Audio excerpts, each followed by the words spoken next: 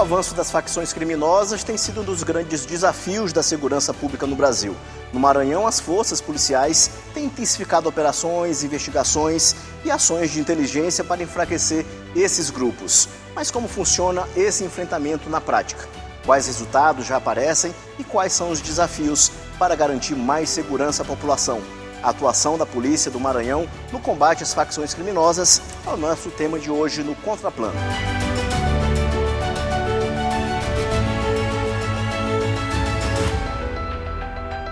O combate ao crime organizado exige estratégia, integração entre as forças de segurança e investimento em inteligência policial. No Maranhão, Polícia Militar e Polícia Civil têm atuado de forma conjunta para identificar e desarticular grupos criminosos. Para discutir esse cenário, o Contraplano recebe hoje convidados que acompanham de perto esse tema. Nelson Melo, jornalista e escritor, Major Givanildo, subcomandante do BOPE, Batalhão de Operações Especiais da Polícia Militar do Maranhão, e o delegado Augusto Barros, titular da SEIC, Superintendência de Investigações Criminais da Polícia Civil do Maranhão. Sejam todos bem-vindos aqui ao Contraplano de hoje, e eu começo aqui a nossa conversa com o Nelson Melo. Né? Você já escreveu o livro sobre a guerra urbana aqui em São Luís, aqui no Maranhão, e você retrata o cotidiano de violência aqui da cidade. O crime organizado, ele cresce mais por conta da ausência do Estado ou pela relação de crescimento do tráfico, do crime, da organização criminosa? Pois, Maia, o crime organizado ele se desenvolve a partir da própria articulação do grupo. Então, assim, existe uma dinâmica própria e é importante frisar que isso não é um fenômeno brasileiro, porque o Brasil copiou isso de outros países. Por exemplo, a gente fala de facções criminosas aqui no Brasil. A primeira facção, por exemplo, surgiu no final da década de 70, mas com relação a outros países chegou até atrasado, felizmente para a gente, né? Então, a gente pega muito do que se vê de facções aqui no Brasil, tem modelo de grupos mafiosos da Itália, por exemplo, que são grupos mais antigos. Então, analisando o cenário, tanto brasileiro como o cenário mundial, o que nós percebemos aqui o padrão é esse, começa como se fosse uma espécie de omissão do Estado, mas só que a partir do momento que vai crescendo, esse problema já passa a ser propriamente do grupo organizado. Então, assim, eles têm uma dinâmica própria e aí essa própria dinâmica vai fazendo com que eles cresçam. Então, assim, independe do que acontece fora daquele contexto do criminal. Aqui no Maranhão, esse fenômeno começou pela capital ou veio do interior? Como é que foi que aconteceu e quando? Assim, a partir dos anos de 2003 que começou esse fenômeno aqui e copiado do estado de São Paulo, que o estado de São Paulo copiou do Rio de Janeiro. Então, assim, eles receberam muita informação de hierarquia, estatuto, e o canal para isso foi o sistema prisional. E aí do sistema prisional se espalhou pelas quebradas. Antes disso, de 2013 que eu falo, havia, por exemplo, a gente for analisar a história da criminalidade aqui no Maranhão, eu vou pegar de forma específica a Grande Ilha. Então, assim, nós temos 3 gerações de gangues, década de 70 até os anos 90, a primeira geração, e aí dos anos 90 até 2000, a segunda geração, e 2000 até 2003, a terceira geração, e aí surgem as facções. Então, aí o pessoal confunde muito essa questão de facção com gangue. Eu vejo muito algumas reportagens falando que no Maranhão existem 70 e poucas facções, mas só que aí eles englobam algumas gangues do interior. Mas antropologicamente existe uma diferença muito grande entre gangue e facção. Por exemplo, gangue não tem representatividade no presídio, facção tem. Então, quando o sujeito, por exemplo, o criminoso ele é preso, ele vai para um presídio, lá ele vai ter proteção do grupo dele. O membro de gangue não tem isso. Então o pessoal confunde muito isso. Mais de 80 facções no Maranhão. Isso não é verdade. Então, assim, eles incluem alguns grupos gangue que são como se fossem filiais de facções, como se fossem facções criminosas. Mas tanto antropologicamente como criminalmente existe alguma diferença. Certo. Major, como é que tem sido esse desafio de lidar com essas facções aqui no Estado? Como é que é o trabalho da Polícia Militar nessa desarticulação? Bom, Com o aumento exponencial do tráfico de drogas, né, que é um fenômeno mundial, então acaba que, tanto no interior quanto aqui na capital, a gente tem uma dificuldade imensa de conseguir informações para que chegue nas principais lideranças. Isso até mesmo com medo, o cidadão de bem tem medo de ser até mesmo ameaçado ou morto, e isso não contribui, né, para o nosso serviço de policiamento ostensivo, preventivo e da Polícia Civil Investigativa, né? A gente tem essa grande dificuldade, o meio desafio. Outro desafio também que nós temos é com relação ao aumento das organizações dentro dos bairros, até mesmo nas empresas, dos locais, então a gente tem dificuldade de identificar para poder coibir. Mas a gente faz ações preventivas, ostensivas, naqueles bairros onde as lideranças identificadas, a gente consegue neutralizar ali o avanço dos homicídios, né, do tráfico em certas regiões. E por falar nessas facções, a população tem um papel importante, né? A Secretaria de Segurança Pública tem um serviço de denúncia, que é o 190, que funciona de forma anônima também, e qualquer pessoa pode fazer denúncia caso queira relatar algo de facção aqui no estado, né? Isso, o cidadão de bem, a comunidade pode contribuir, tanto com o BOP, quanto com a Polícia Civil, quanto com a Polícia Militar, ligando para o 190, né, que é para o CIOPS. Lá não fica registrado o nome da pessoa, nem nada, é totalmente sigiloso, então vai contribuir muito.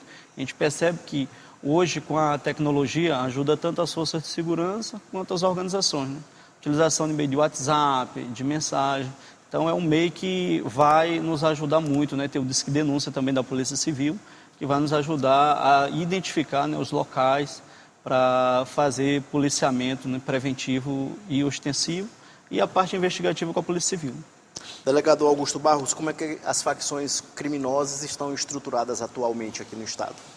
Foi interessante a menção ao início como gangues, porque a gente ainda conseguia ver isso muito presente há décadas, algumas décadas, 2 décadas atrás, quando a gente entrou no sistema, ainda tinha muita gangue espalhada, né, principalmente nos interiores, e que de fato era uma coisa mais fácil de se resolver, porque não havia uma estruturação adequada. E o que a gente pode enxergar hoje é que é como se fosse aquele pequeno mercadinho local que expandiu sua operação, né? Mas ele não expandiu para um modelo próprio. Tem algumas peculiaridades de cada estado, mas eles copiaram, né? Replicaram modelos maiores nacionais que, por sua vez, como foi muito bem dito pelo Nelson, foram replicados de organizações mafiosas internacionais. Então, as grandes facções, né, nacionais, né,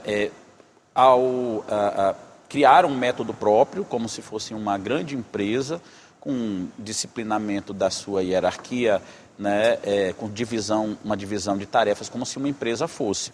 E os estados são franqueados, né, onde se abre várias franquias. Quando a gente estivesse falando de franquias de sanduíches ou de chocolates, são abertas as franquias do crime, né? E aí você vai ter cidades onde há uma expansão de uma determinada facção, outras cidades de outra facção, e na maioria delas há uma disputa entre mais de uma facção, né, que é o que gera a maior parte da violência urbana que a gente vê.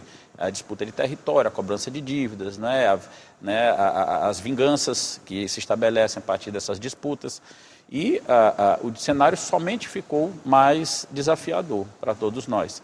À medida que o crime organizado avança, ele vai aprofundando suas raízes em todos os setores da sociedade.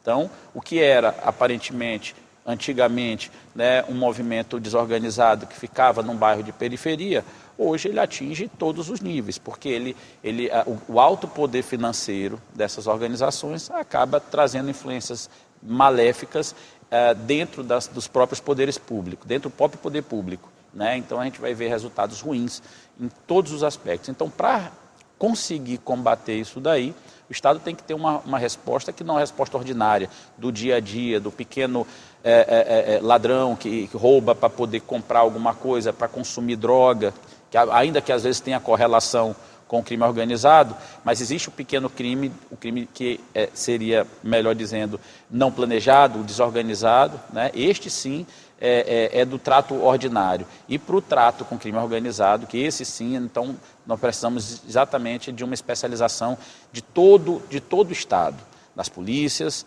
do judiciário, do Ministério Público, né? A própria sociedade tem que entender que há uma diferença, né, no criminoso comum do criminoso que é um faccionado. Isso tudo é objeto de atenção e tem sido objeto também de políticas públicas. Delegado, em relação ao interior do Estado, a gente sabe muitas informações aqui da capital, mas como é essa estruturação no interior do Estado? A gente tem 217 municípios, a gente vê muita questão da região metropolitana, mas no interior do Estado como é que funciona? Também cresce dessa mesma forma? Como é que é? Cresce, a expansão é gigantesca, quem mora no interior percebe, né, o avanço. E o avanço não é medido pelo poder de fogo gigantesco que não existia e agora existe. É percebido por uma criminalidade que não existia, uma rotina que não existia e passa a existir. Então, o interior onde as pessoas, acho que há muito tempo já não fazem isso, mas que podiam deixar suas coisas na porta, dormir com portas abertas, há muitos anos já não podem fazê-lo, né? E isso é uma escalada crescente. Aí ficam as portas, as bicicletas que já não podem ficar na porta, a TV, as janelas que não podem mais dormir abertas, né? E passam a ficar. Aí você começa a instalar grades, começa a instalar alarme, você muda a rotina, né? Você começa a ter crimes que não tinha antigamente. O homicídio era um homicídio por ano, às vezes, por conta de um problema pontual, de desentendimento aqui e acolá. E aí você passa a ver o crescimento de determinado tipo de crimes patrimoniais, que são os roubos, para poder virar dinheiro, seja para consumo, seja para consumo de drogas, seja para eventual negociação com o produto do furto ou do roubo. E isso daí vai expandindo. Então nós temos sim, no interior, uma realidade também bastante diferente, sendo que com alguma peculiaridade, né? Nós temos aqui uma hegemonia de uma determinada facção na capital e uma de outra facção que é hegemônica no interior. Certo. O enfrentamento ao crime organizado envolve investigação, tecnologia e cooperação entre diferentes instituições. No próximo bloco, vamos falar sobre as operações e os resultados dessa atuação. A gente volta já.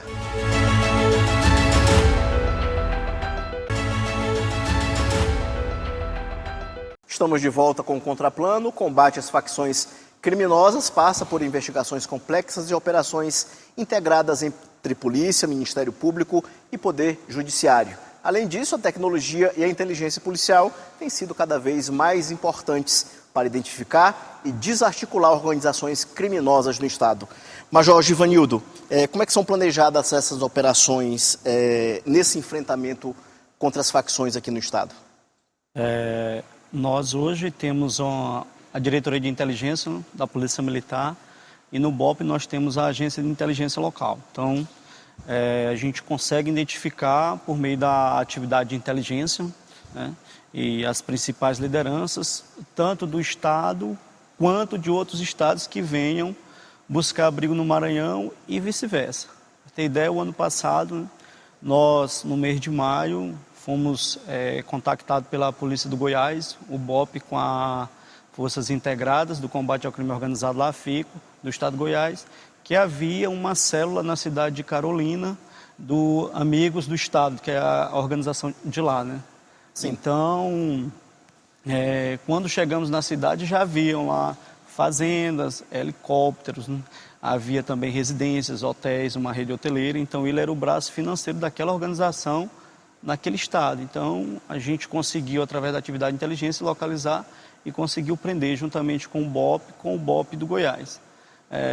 Em outra operação, né, já nossa, uma liderança atuante no nosso estado, que é muito atuante na Baixada Maranhense, estava no estado de Pernambuco. Então, a gente conseguiu fazer esse link com a inteligência da Polícia de Pernambuco, junto com a inteligência da Polícia Civil, da Polícia Militar, para identificar e prender. Eles conseguem coordenar todos os bairros, às vezes todas as cidades de outro estado, acabam que coordenando e fomentando essa violência no nosso estado. Então a gente consegue, estamos conseguindo localizar e prendê-los.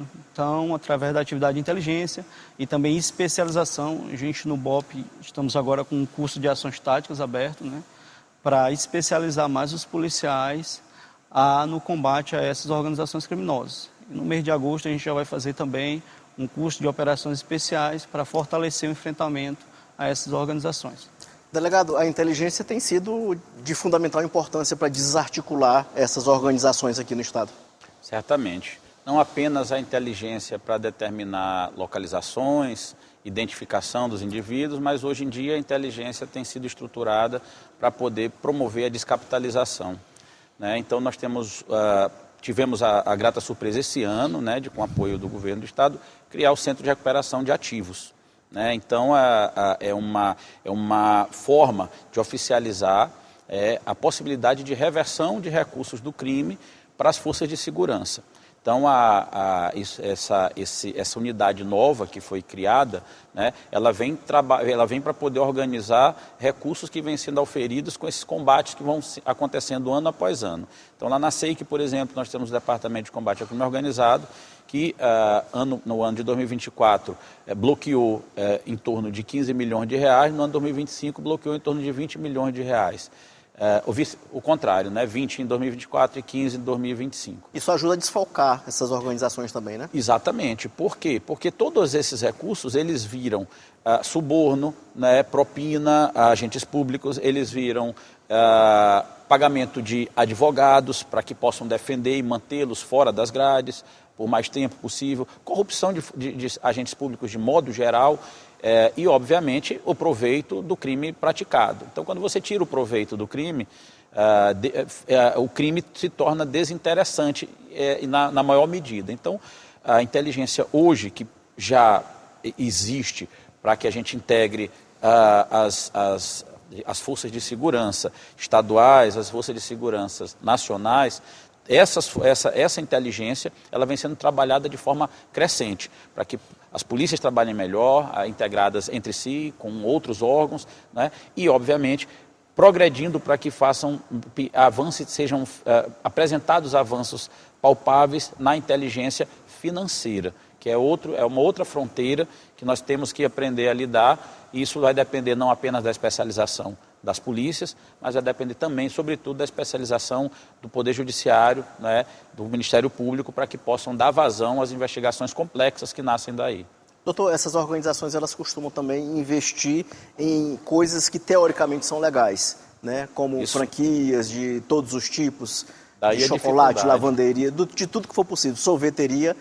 Sim. Isso é difícil da polícia chegar quando está no ambiente teoricamente legal? Sim, porque na verdade não é tão difícil de chegar, né? A questão é que se multiplica numa quantidade em que quando você consegue efetivamente pegar o fio da meada, você já vai ter um negócio aparentemente ilícito, gerando renda a partir do consumo, né, que oferece às pessoas já há algum tempo. E aí o cidadão que usa o dinheiro do tráfico, né, usa o dinheiro da facção para poder tornar-se o que seria um empresário de bem, né, ele acaba galgando degraus na própria sociedade. E com isso ele começa a ser visto como um cidadão de bem, que eventualmente abriu um negócio, empreendeu ali, mas no final das contas ele está sendo abastecido com dinheiro do tráfico. Esse dinheiro, esse negócio pode servir eventualmente para lavar o dinheiro do tráfico, né, e a partir do momento pode não passar a lavar mais. E aí, nesse dado momento, fica mais difícil de você pegar os momentos anteriores. Exato. E, Nelson, a figura do criminoso em algumas comunidades acabou sendo romantizada, não é isso? Sim, sim. Inclusive, essa romantização, ela é reflexo de 3 aspectos. O aspecto financeiro, como o delegado falou, que é o que pesa mais é o tráfico de drogas. O aspecto social, e aí entra a ideia de quebrada, que eu poderia dizer que facção criminosa ela não existiria sem esse conceito da quebrada, que já existia na época das gangues. E no aspecto pessoal, é o que a gente pode caracterizar como fanatismo, porque as pessoas perguntam assim, o que é o faccionado? Eu sempre vou direto ao assunto, ele é um fanático, é como se fosse um terrorista. Então, por que as pessoas, o público leigo não entende, né? A polícia faz diversas operações e a gente tem a sensação de que a facção ela está crescendo, é porque existe essa questão do fanatismo mesmo. Durante a pesquisa, eu entrevistei alguns faccionados em algumas quebradas aqui da ilha e adolescentes de 13, 14 anos. Isso que eu ia te perguntar. Eles me falavam assim de boa que... Eu fiz uma pergunta para eles meio polêmica. Se eles tombassem durante essa vida criminosa e eles pudessem ressuscitar, eles voltariam ao mundo do crime, eles falavam assim de boa para mim que voltariam. Então isso é fanatismo. Então para cada faccionado que sai de cena, ou preso, ou morre num confronto, aparecem 10. Então isso também acaba gerando essa romantização na própria comunidade. É como se fosse uma espécie de Robin Hood, sabe aquela coisa do Robin Hood? Então alguns moradores acreditam nessa ideia, outros não. E alguns até não acreditam, mas por medo validam essa ideia da romantização. Querendo ou não também, a imprensa ela também colabora de certa forma para isso. Então, quando citam o nome de facções criminosas, isso aí também acaba glamorizando o conceito de faccionado, que durante a pesquisa eu até chamo de homem vida louca, porque eles acreditam mesmo nessa ideia de vida louca. Eles não sabem o que é vida louca. Eu perguntei, eles não sabem o que é, eles falam que sentem isso. Apenas compartilham uma teoria de um para outro, né? Isso, aí vai compartilhando aquilo ali, uma mentira dita uma invenção, uma verdade. E aí quando a gente se toca, a coisa já ganhou um volume muito grande. Nelson, você já publicou 3 livros sobre essa guerra urbana, né? Essa luta urbana sobre a violência, principalmente aqui em São Luís. Sim, sim. Até agora, dessas publicações que tu fizeste, o que mais te chamou a atenção? Mais te deixou impressionado em relação a essa questão da violência? Além, claro, de envolver já crianças, às vezes envolve crianças, adolescentes. O que me chamou mais a atenção foi justamente isso, a grande presença de jovens, adolescentes de 12, 13, 14 anos, e muitos deles que eu entrevistei na época, isso 2015, 2016, hoje já não existem mais por conta dessa vida, né? Então, assim, eu fiquei impressionado com isso, porque muitos deles que vão para a linha de frente. E aí os líderes mesmo, os chefões, geralmente eles estão presos. Então, assim, eles estão numa zona de conforto ali, onde eles passar o dia todo pensando, e aí eles colocam esses adolescentes para a linha de frente, que são os que mais tombam. Então, isso aí é o que me chamou mais a atenção, porque é um pouco diferente do que acontece nos grupos mafiosos. Geralmente você não vê adolescentes no meio dessa vida criminosa, são mais pessoas adultas que têm uma ideia melhor do que estão fazendo, mas é importante frisar que esses adolescentes, eles têm consciência de que aquilo é errado. Então, assim, não é que eles não desconhecem, não, eles sabem que eles podem morrer a qualquer momento, mas mesmo assim eles continuam. Então, assim, é o que eu falei agora do fanatismo, eles são fanáticos mesmo. Major, essa questão das facções, ela mudou a estratégia de como vocês atuam na segurança pública? Muda porque desde o armamento até 2010, digamos 2011, eles utilizavam um tipo de armamento, por exemplo, facas, né, 32, 38. Então, se tu vê nossos policiais até 2007, a gente trabalhava também com 38.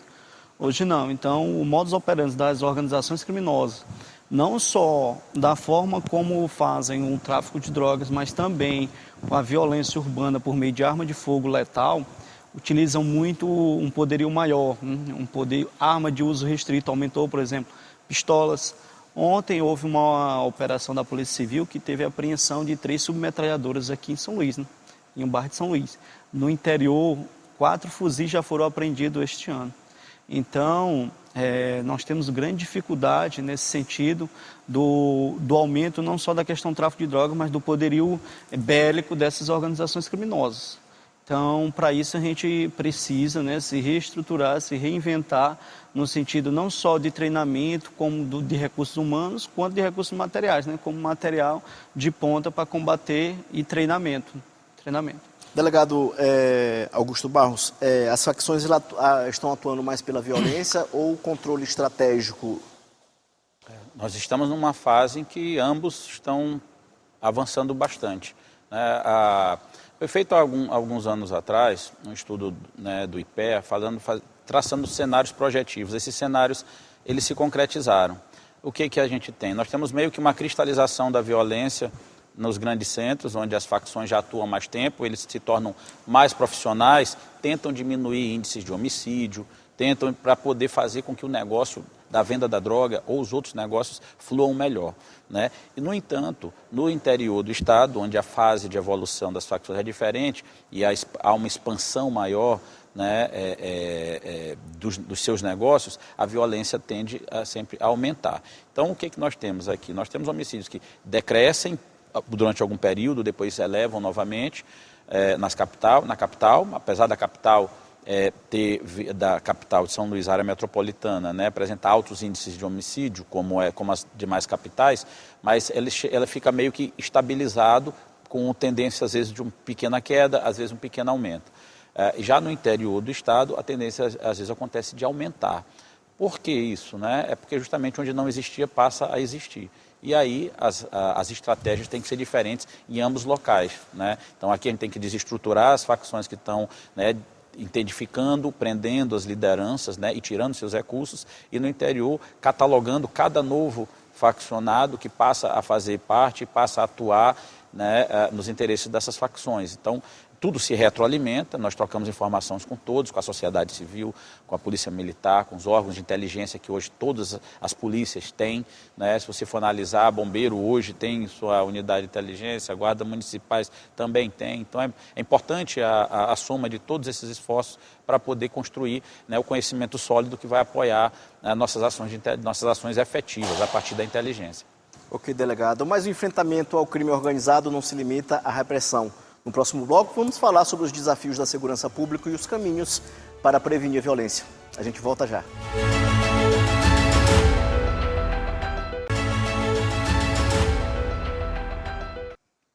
Estamos de volta com o Contraplano. O debate sobre segurança pública também envolve prevenção, formação de profissionais e políticas que fortaleçam as instituições. Entender esses desafios é fundamental para avançar no combate ao crime organizado. O Contraplano recebe hoje convidados que acompanham de perto esse tema. Nelson Melo, jornalista e escritor, Major Givanildo, subcomandante do BOP, Batalhão de Operações Especiais da Polícia Militar do Maranhão, e delegado Augusto Barros, titular da SEIC, Superintendência de Investigações Criminais da Polícia Civil do Maranhão. Começando esse último bloco aqui do Contraplano, a gente conversa com o Major Givanildo. Major, quando os jovens entram para facções, o enfrentamento policial se torna mais difícil, mais complexo? Como é que é? Assim, o jovem e a atividade policial é uma linha tênue, primeiro por questões jurídicas, né? Eles não cometem crime, cometem ato infracional. Então nós temos uma grande dificuldade nesse combate, até mesmo para a condução nas delegacias de polícia, principalmente do interior, onde não há uma estrutura adequada para suportar essas condições de menores. E também, muitas das vezes, a gente não tem o acompanhamento, principalmente no final de semana, de conselho tutelar, para fazer o acompanhamento dessa condução. Então, hoje, os líderes das organizações criminosas estão utilizando principalmente menores de idade, né, e mulheres, o que facilita o tráfico de drogas, aí eles cometerem o crime e também a sensação de impunidade. Então, para isso, hoje os senhores são sabedores, né, está havendo a votação da PEC da Segurança Pública, em que diminui essa maioridade penal para 16 anos. Né? É um dos pilares da PEC da Segurança Pública, entre outros. Então, nós temos uma dificuldade imensa nesses aspectos, e até mesmo quando há um confronto ou um combate, que eles vão para o confronto em virtude da mentalidade, né, que é imposta neles pelos líderes, e a gente tem um grande problema junto com o Ministério Público, muitas vezes ao Judiciário, né, questão de investigação. Mas é um ponto delicado entre as forças de segurança, a sociedade civil e também o Judiciário. Nessa questão envolvendo adolescentes menores de 18 anos, existe como se fosse uma lavagem cerebral desses líderes dessas facções para poder manipular esses adolescentes? Em decorrência em tese de não ter um emprego, ter o dinheiro fácil, né? Tu trabalha comigo aqui, te dou 200, 300 reais semanais, e principalmente no interior, onde não há um emprego, né? Uma renda fixa de dinheiro, então para eles seria em tese um dinheiro fácil. Então faz com que tenha um engajamento em massa de jovens nessas facções criminosas. É o que a gente percebe hoje.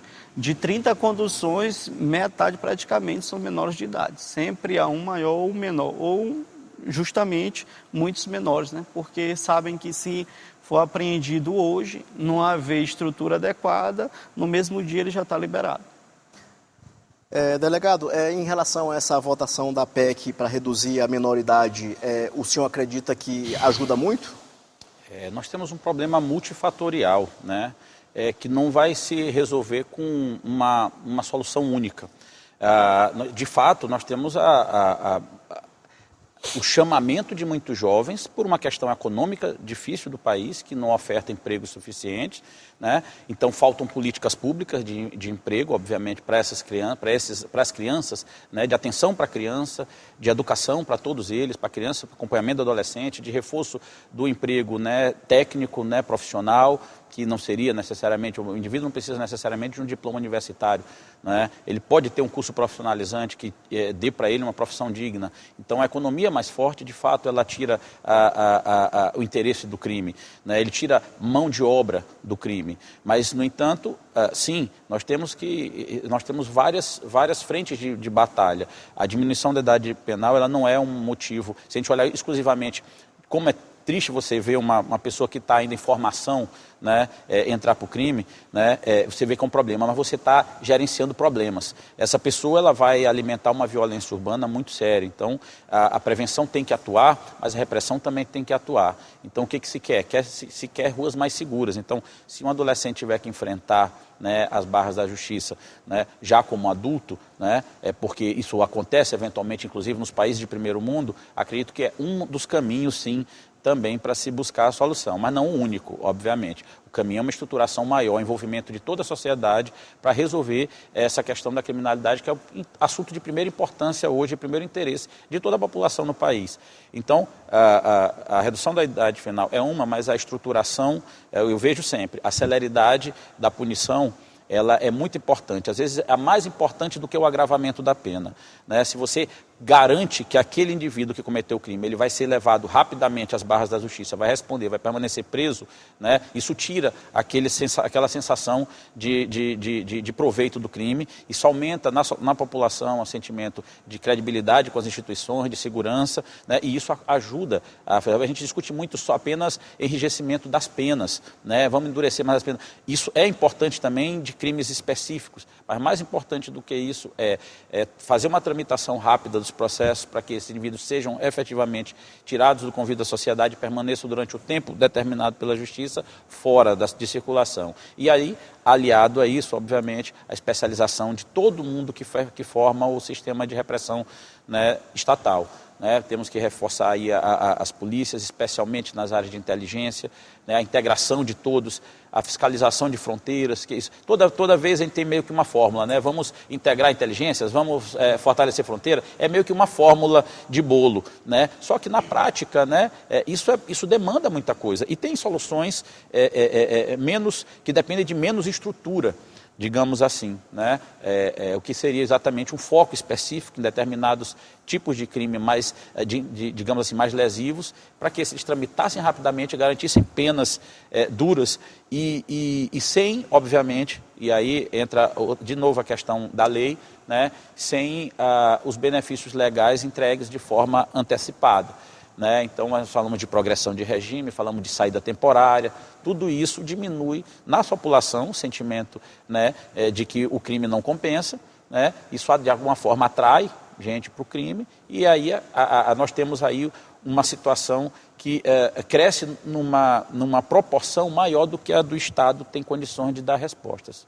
Nelson, você acredita que a solução é multifatorial, além da legislação? É importante ter políticas públicas para que esses jovens não entrem no ramo das facções? Sim, porque o problema ele é interdisciplinar, então a solução também tem que ser. São vários fatores que desencadeiam, por exemplo, para que uma pessoa ingresse numa facção criminosa. Então, a gente fala muito na força de segurança pública e as pessoas cobram bastante, né? Então, assim, mas tem que ter essa articulação com educação, saúde, lazer e inclusive também a família, a comunidade. Por que eu estou falando isso? Porque eu presenciei muito isso na pesquisa. O morador, às vezes, que critica a ausência de viatura numa comunidade é o mesmo que aplaude o tribunal do crime. Então, assim, ele está validando a facção criminosa. É uma contradição. Então, assim, a própria família tem que ajudar, e aí quando eu falo da educação também a escola, porque a gente vê muitos gestores e professores que ainda não sabem lidar com um aluno faccionado, ou às vezes não é nem faccionado, porque essa ideia de faccionado é um pouco vaga. Algumas pessoas falam que para ser faccionado ele tem que ser batizado, porque realmente ele passa por uma cerimônia de batismo, e outras falam que não, que se ele está dentro do grupo, ele já é um faccionado. Então, assim, a gente falou da juventude. Se a gente for comparar com o jovem dos anos 90, os membros de gangue, da segunda geração de gangues que eu falei, de 90 até 95, eles ingressavam nesses grupos mais por uma ideia de aventura. Não tinha muito essa questão financeira. Tanto é que muitos ex-membros de gangue dessa época, eles não gostam de tocar no assunto, eles sentem vergonha. Você não vê isso com os faccionados, eles não sentem vergonha, eles sentem orgulho de pertencer àquele grupo. Então, assim, eu acho que a grande dificuldade é exatamente isso, porque eles conseguem recrutar de forma muito fácil esses rapazes e moças. É importante frisar isso, que homens e mulheres, as mulheres estão cada vez mais participando desses grupos, e aí isso acaba dificultando, de fato, o trabalho, não só da polícia, mas de toda essa cadeia aí de políticas públicas. Agora eu vou fazer uma pergunta para os três, né? Primeiro o Major responde, qual é o maior desafio para evitar que essas facções cresçam no Estado e influenciem esses jovens? O que pode ser feito ainda, na sua opinião? Eu acredito que investimento, né, não só do Estado como do município. O Maranhão, nós somos o Estado mais pobre da federação em si. Mas mesmo assim, a segurança pública, a gente está entre os primeiros, né? Mas, nacionalmente, a gente precisa de políticas públicas de investimento, não só dos estados, mas a nível federal, e algo preventivo, né, e repressivo, porque o crescimento das organizações, das facções, está de forma exponencial e quase incontrolável. Nós temos cidades no Nordeste, por exemplo, no estado do Ceará, a cidade inteira foi evacuada por uma organização criminosa, e Uiraponga é o nome da cidade. Sim. Assim como na Bahia, né? Na Bahia também está um caos, e no Pará, no Norte, né, está chegando desse jeito. Então, a gente precisa não só dos estados, os estados em si não vão dar conta, a gente tem que ter integração, principalmente investimento do governo federal, tecnologia, inteligência, recursos humanos, materiais, e também agora, pelo menos, a criação, né, da Polícia Municipal, porque só a Polícia Civil e Militar, praticamente, a gente com o efetivo está bastante reduzido o nosso trabalho. Então, a gente precisa dessa atenção especial, desse investimento. E também endurecimento das leis, né, que tomara que passe aí a PEC da segurança. Não só questão de maioridade, foi só um ponto, né, mas tem dezenas de pontos lá importantes para o nosso sistema de segurança pública. Delegado Augusto Barros. Em relação... exatamente como que a gente faz, né, para resolver isso daí. Nós temos um caminho extenso pela frente, né, porque como já foi dito, né, são multifatores, né, então nós temos um grande problema que a gente vê hoje, justamente essa atração, né, pelo crime, né, eu acho que faltam modelos, né, numa sociedade em que uma cidade que é capitalista, uma cidade em que todos querem obter bens de consumo, né? Todo mundo deseja, né, adquirir certos itens de consumo. Então isso precisa ser remediado com outros tipos de política que diminuam esse interesse, mas ao mesmo tempo, se nós vivemos em uma democracia, o capitalismo vai fazer parte dela certamente, e esse apelo ao consumo vai sempre existir. O que tem que se tirar a atratividade do crime, né, e se promover a virtude como meio de obtenção daquilo como valor, né? Se o item de consumo é algo que você deseja conquistar, apesar do material não ser a primeira importância, digamos, na vida de uma pessoa, mas a maioria de nós, né, em boa parte da vida dá tanto valor ao material, né? As crianças querem comprar tênis, os homens querem comprar carros, as mulheres querem comprar bolsas, então isso ocupa um espaço de interesse muito grande na mente das pessoas. Como é que você cria uma sociedade, né, que consiga equilibrar isso daí, né, incutindo valores de fato, né? Então, incutir valores é um processo de longo prazo, que depende de muitas instituições, as igrejas, né, as escolas, a estruturação das famílias, isso leva bastante tempo. E no momento que nós estivemos hoje, né, é um momento em que há remédios mais amargos a serem aplicados. E os remédios mais amargos, que é os que visam justamente proteger a população produtiva do país, eles vão passar necessariamente pela repressão. Então a gente vai ter que, sim, enfrentar o crime de frente, vai ter sim que aumentar o encarceramento, vai construir novos presídios, vai ter que combater, tirar sem pena todos aqueles que foram alcançados pelo poder financeiro do crime organizado, estejam nas polícias, estejam na política, estejam no Ministério Público, no Judiciário, em qualquer setor da sociedade em que nós tivermos pessoas envolvidas, né, dependentes ou apoiadoras, ainda que de forma velada, do crime organizado, essas pessoas têm que ser alcançadas para tirar justamente o proveito econômico do crime, e aí sim nós vamos ter uma sociedade que vai saber que há uma paga muito ruim para quem caminha pelo crime. E nesse processo aí, a gente falou anteriormente, né? Melhoria da inteligência, né? Integração maior entre todos nós, né? E apoio efetivo do Estado que tem que decidir. Hoje a segurança é importante e nós precisamos dar os meios adequados a quem precisa combater o crime organizado. Nelson, contigo. Eu levo assim muito para o lado antropológico, então para mim o enfrentamento ele passa também pelo enfraquecimento dessa ideia de quebrada. Eu falo quebrada não no sentido cultural, de local de produção de movimentos artísticos e tal, mas como um conceito de território. É o que os faccionados olham. Então, essa ideia de quebrada é tão forte que eles acreditam que o presídio, por exemplo, é uma extensão da quebrada, daquela comunidade. Tanto é que algumas práticas que acontecem lá dentro da quebrada, eles levam para o sistema prisional. Então, assim, na minha opinião, passa por isso. A juventude, por exemplo, é muito atraída por essa ideia de quebrada. As guerras urbanas acontecem muito por esse conceito de quebrada. Inclusive, o conceito de quebrada ele está diretamente vinculado ao conceito de vida louca. Eu falo de vida louca assim porque não é nem a questão financeira com relação aos jovens das facções, que movimentam eles, mas é essa sensação de assaltar, de praticar um homicídio. Eles é como se fosse uma espécie de gozo. Então, assim, eles gostam dessa sensação. Então, acho que enfraquecendo essa ideia de quebrada, mas frisando, não no conceito cultural, porque a gente vê, por exemplo, muita produção de raps e tal, mas no sentido criminal mesmo, aí a gente vai ter um caminho, mas é aquela história do problema interdisciplinar. A gente enfraquece aqui, mas é como jogar dados, então a gente vai ver o que vai dar. Certo. Agora a gente está chegando na parte final do programa, a gente vai para as considerações finais. Major Givanildo. Queria agradecer a oportunidade, né, de falar sobre o trabalho nosso da Polícia Militar, em especial do Batalhão de Operações Especiais, em dizer que a Polícia Militar ela está disponível 24 horas por dia a servir a sociedade, ao cidadão de bem, a combater qualquer tipo de infração ou crime, né, na modalidade como jovens e adultos.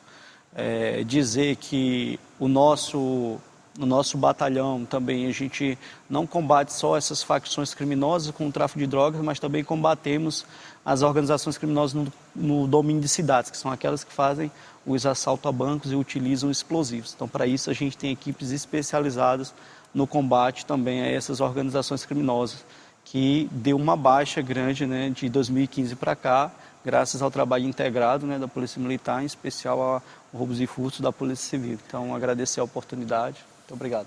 Delegado.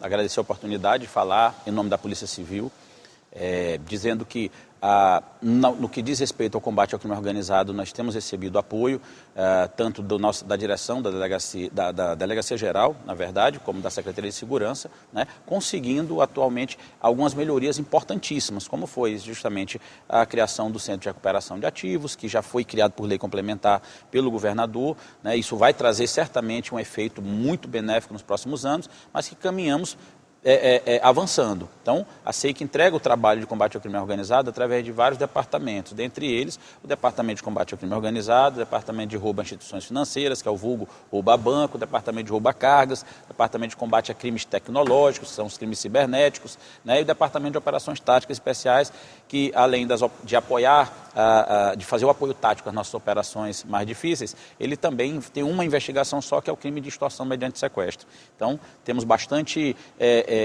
gente empregada para poder entregar esse serviço de qualidade à população, e dependemos sim tanto do apoio da população, do apoio dos entes estatais e da integração com os amigos, especialmente, né, as polícias e os colegas, né, que estudam tanto o tema na sociedade. Nelson, contigo agora, começamos contigo e a gente termina contigo.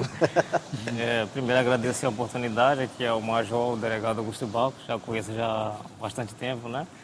Então, assim, dizer também que esse problema é um problema de todos, não é só de um, de dois, de três. Às vezes a pessoa tem essa sensação, porque na minha quebrada aqui tem proibido roubar na comunidade, mas quando ele pega um ônibus e ele vai para outra comunidade, ele é assaltado dentro do ônibus. Então, assim, não adianta a gente fechar os olhos para o problema e achar que aquilo ali está resolvido. Então, é pensar de forma mesmo holística, ver que aquele problema ele também passa por mim. Então, eu estou assistindo o noticiário, eu não posso, por exemplo, sorrir porque está acontecendo uma tortura e uma quebrada, não, porque quando eu estou sorrindo, eu estou validando aquilo. Então, assim, mesmo se conscientizar de que a gente também faz parte da solução. Certo. Gente, obrigado pela participação de todos aqui no programa Contraplano de hoje. E o combate ao crime organizado exige integração entre as forças de segurança, investimentos em inteligência e participação da sociedade. O debate continua porque segurança pública é um tema que interessa a todos. Eu sou Ismael Gama e esse foi o Contraplano de hoje. A gente se encontra no próximo programa. Até lá!